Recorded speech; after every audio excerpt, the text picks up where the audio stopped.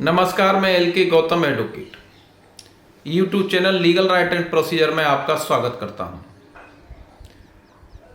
कानूनी विषयों को सरल भाषा में आपके सामने रखने के लिए मैंने www.lkgautam.com वेबसाइट शुरू की है। अधिक जानकारी के लिए आप इस वेबसाइट को देख सकते हैं। आज की चर्चा सेशन कोड के संबंध में आपके साथ करना चाहता हूं। सेशन कोड किसे कहते हैं? अक्सर ये प्रश्न लोगों के जहन में होता है। जिला जज, सेशन जज।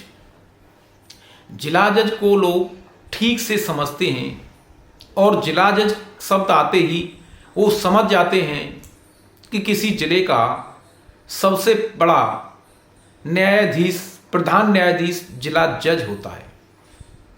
लेकिन सेशन कोर्ट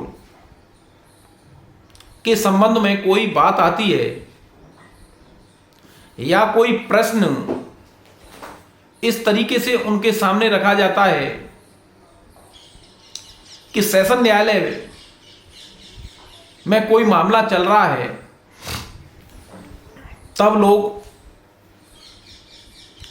सेशन को आसानी से नहीं समझते। मेरा आशय आपके सामने सेशन जज के संबंध में कुछ बातें रखने का है। सेशन जज किसे कहते हैं? पहले सेशन का अर्थ कोई सत्र, सभा, अधिवेशन, शैक्षणिक सत्र, किसी संसद का सत्र, किसी विश्वविद्यालय का सत्र। ये एक सत्र है, एक अवधि है। इसके दौरान कोई संसद अपनी कार्यवाही करता है, अपनी मीटिंग करता है। कोई विश्वविद्यालय अपने छात्रों को किसी शैक्षणिक सत्र में शिक्षा देता है या कोई अधिवेशन होता है। एक निश्चित अवधि के लिए यह चलता है। सेशन न्यायालय एक निश्चित अवधि के लिए न्यायालय किसी मुकदमे की सुनवाई करता है। कुछ वर्षों पहले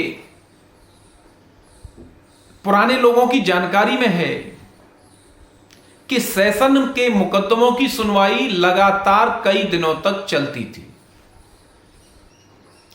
वर्तमान में परिस्थितियां और व्यवहारिक रूप से कुछ बदलाव आया है,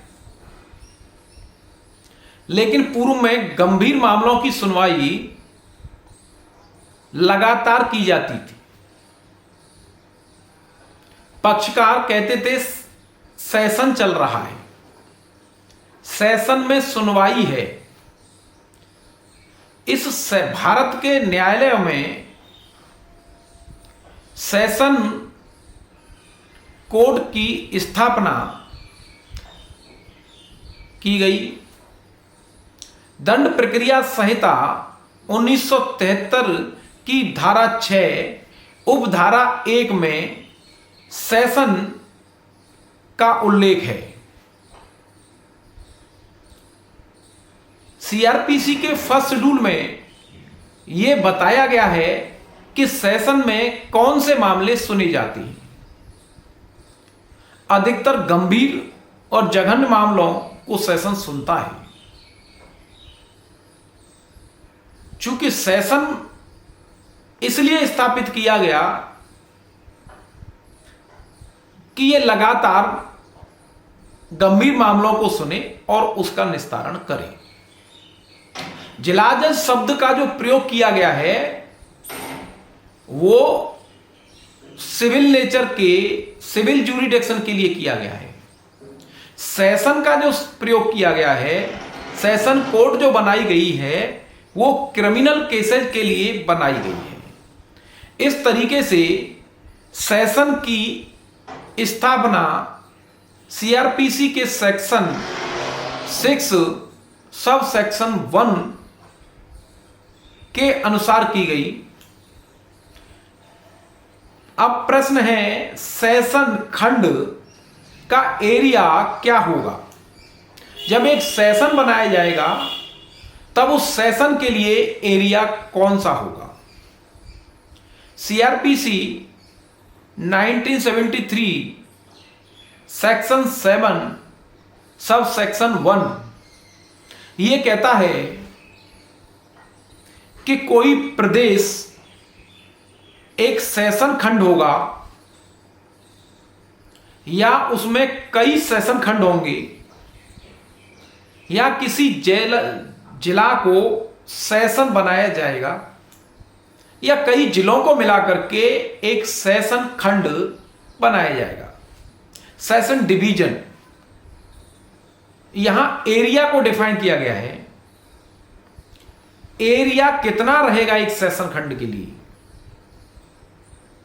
क्या ज्यूरिडिक्शन होगा, यह सेशन खंड के संबंध में धारा 7 उपधारा 1 स्पष्ट करती है। जब सेशन खंड बन जाएगा और सेशन न्यायालय की स्थापना की जाएगी, तब ये दोनों एक दूसरे के पूरक होंगे। अगला प्रश्न, सेशन कोर्ट की स्थापना कौन करेगा? यानी सेशन को धारा 6 में डिफाइन किया, एक वर्ग बता दिया कि न्यायालयों का जो वर्ग है, श्रेणी है, उसमें एक सेशन न्यायालय होगा। उसके लिए एरिया बता दिया। अब प्रश्न है, इसकी स्थापना कौन करेगा? कोई प्रदेश सरकार धारा 9 उपधारा 1 के अनुसार सेशन खंड में सेशन न्यायाधीश की कोर्ट की स्थापना करेगी। यानी सेशन कोर्ट की स्थापना धारा 9 की उपधारा 1 के अनुसार स्टेट गवर्नमेंट द्वारा की जाएगी। सेशन कोर्ट में न्यायाधीश कौन नियुक्त करेगा? इसका उत्तर सीआरपीसी की धारा 9 उपधारा 2 के अनुसार प्रत्येक सेशन न्यायालय के लिए एक सेशन न्यायाधीश पीठासीन होगा और उसकी नियुक्ति हाई कोर्ट द्वारा की जाएगी। यानी धारा 9 सेशन कोर्ट के संबंध में जो प्रावधान करती है, उसमें स्थापना प्रदेश सरकार करेगी, नियुक्ति हाई कोर्ट करेगा। अगला प्रश्न, क्या सेशन में अन्य न्यायाधीश नियुक्त हो सकते हैं? क्रिमिनल प्रोसीजर की धारा 3 के अनुसार सेशन कोर्ट में हाई कोर्ट अतिरिक्त सेशन न्यायाधीश, सहायक सेशन न्यायाधीश की नियुक्ति कर सकता है और वो उस अधिकारता का प्रयोग करेंगे। अगला प्रश्न, क्या सेशन जज दूसरे सेशन खंड का सेशन जज अपर सेशन जज नियुक्त हो सकता है?